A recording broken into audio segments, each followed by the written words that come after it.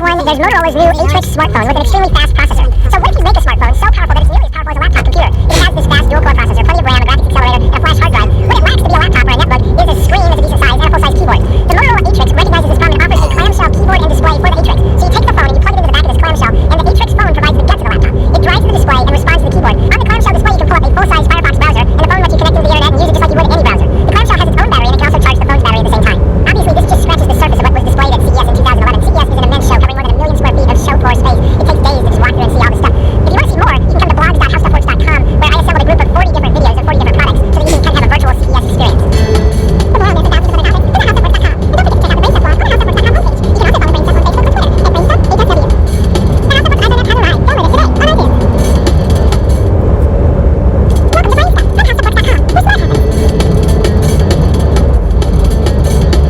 I'm Marshall Brain with today's question. How is it possible to drive across Antarctica given that it's thousands of miles and there's not a single gas station along the way? Once upon a time, like about 100 years ago, getting to the South Pole in deepest Antarctica was hard. Very, very hard. An expedition in 1907 failed to reach the South Pole. It was finally reached in 1911, and it was an incredibly daunting project. Fast forward to 2010. In the same way that Mount Everest was once unconquerable, but is now nearly a tourist attraction and has cell phone coverage all the way to the top, Antarctica is now being traversed in Toyota pickup trucks. It's still a bit arduous, yes, but it would appear that anyone with enough money can make it to the South Pole as part of a vacation package. How do you do it? You ride in highly modified trucks, and you carry the hundreds of gallons of fuel that you need in a trailer that you tow behind the truck. In 2010, a convoy of these Toyota trucks drove nearly 3,000 miles to reach the South Pole and then come back. Now, it used to be that if you wanted to drive around the South Pole, you did it in highly customized, super expensive tracked vehicles that took years to develop. How are they able to do it in a normal pickup truck? The main modification that they've made is they've taken diesel engines in these trucks and they've converted them to run on jet fuel. The reason for the jet fuel is because jet fuel is formulated to work at low temperatures anyway. When jets are flying at 32,000 feet, it's minus 40 degrees Fahrenheit up there, so the fuel has to be able to flow at very low temperatures. So by modifying the trucks to run on jet fuel, they get rid of the problem with diesel fuel turning to jelly in cold temperatures. They make some other modifications as well. For example, they put 38-inch tires. Think about a tire that's over a yard in diameter and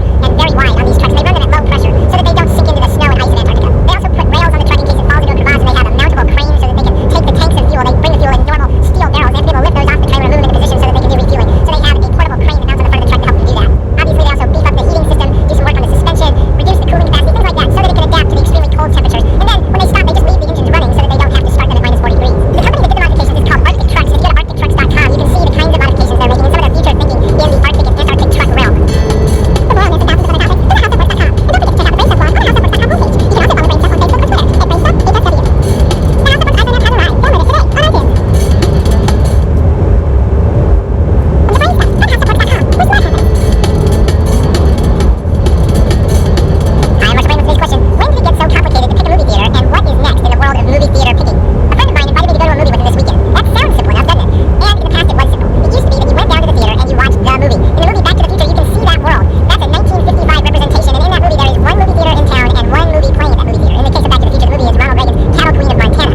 So that idea, one theater in town, one movie playing, that's the movie you see. So it couldn't be simpler. Now let's look at how things have morphed since then in the United States. In the early 1960s, the idea of a two-screen theater took hold, so at least you had a little bit of choice when you went down to the theater. Then during the 1970s, the idea of a multiplex exploded. The number of screens per theater mushroomed into the teens and then the 20s. By the 1990s, a single theater with 30 screens had been built. Then came things like Dolby and THX sound systems. If you wanted the best experience, you would only go to a certified theater. Then came stadium seating. You get a better view of the seats in a stadium configuration. You got a choice like that. How do you pick whether you want IMAX or RealD? I jumped into Google to find a review, and the difference seems to be that IMAX 3D is more of a pop-out effect, where stuff comes out of the screen towards you, and RealD is a more subtle into-the-screen effect, where you can actually see depth rather than being kind of shocked when things come out of the screen. Based on that review, we chose our showtime so that we could see it in RealD.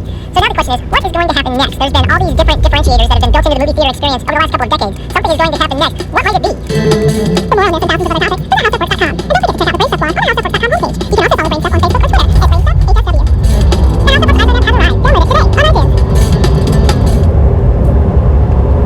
The Brain Stuff on howstuffworks.com. Where's that happening?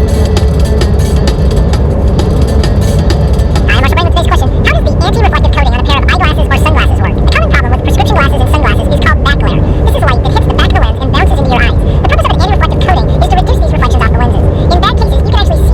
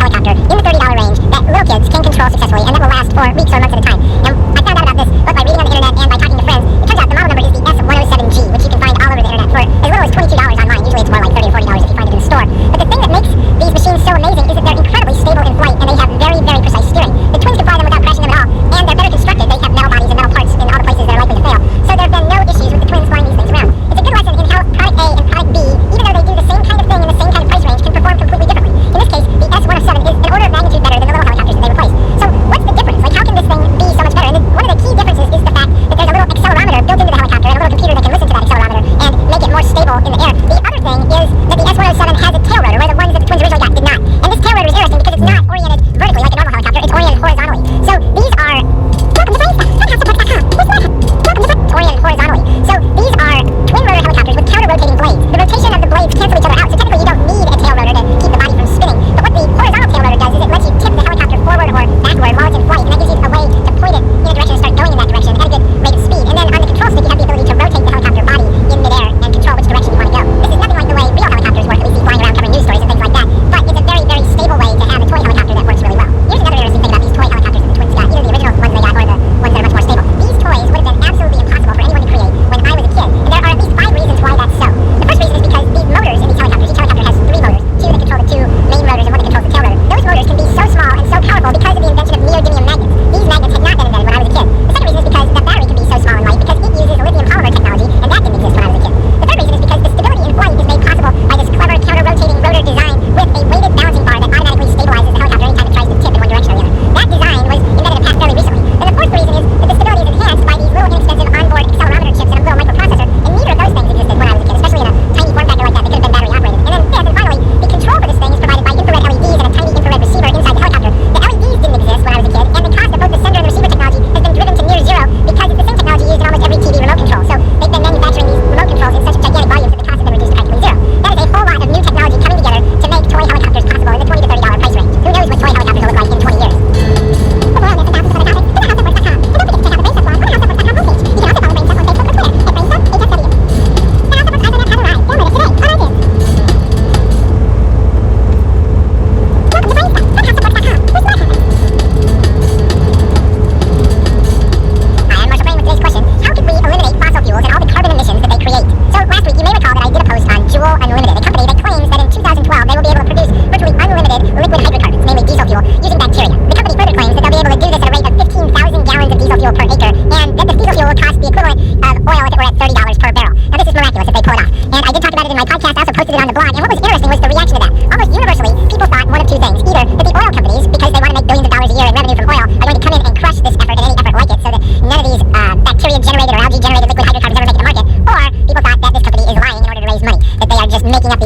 And that there is absolutely no truth to it. I don't think their claims are false because there are lots of companies pursuing the same kind of activity either in the bacteria or in the algae space, and the number of companies would imply that there really is something there. But the conspiracy theory thing is kind of interesting if you think about it because historically there is a fair amount of evidence that the oil companies do participate in conspiracy theory kind of stuff. For example, there was the dismantling of the rapid transit system in Los Angeles. There was prohibition, which many think was put in place not because of the problems of drinking alcohol, but because of the problems of making ethanol as a fuel. Things like that do make you think. So I was thinking about it, and I was thinking, okay, let's say that these conspiracy theories are true. And there were so many people that came up with this kind of comment that made me think this is a deeply seated belief in the United States. So let's say these theories are true. How could you get around it? What could you do that would make it impossible for the oil companies to stop the effort to create liquid hydrocarbons from bacteria or algae? My thinking took me in this direction. One way to get around the conspiracy would be to widely publicize instructions for a fuel production system that any normal, do-it-yourself type maker person could easily build in his or her backyard. Imagine if a system like that existed. You invest a couple $100 and suddenly you can make your own fuel essentially for free in your backyard. If thousands of people were doing this, there would be no way to squash that movement. And that would give small companies the cover they need to grow fuel in bigger batches, and soon fossil fuels would be a thing of the past. The funny thing is, the more I think about this, the more realistic it seems. This might actually be a project that falls within the abilities of normal do-it-yourself folks and, more importantly, the maker community.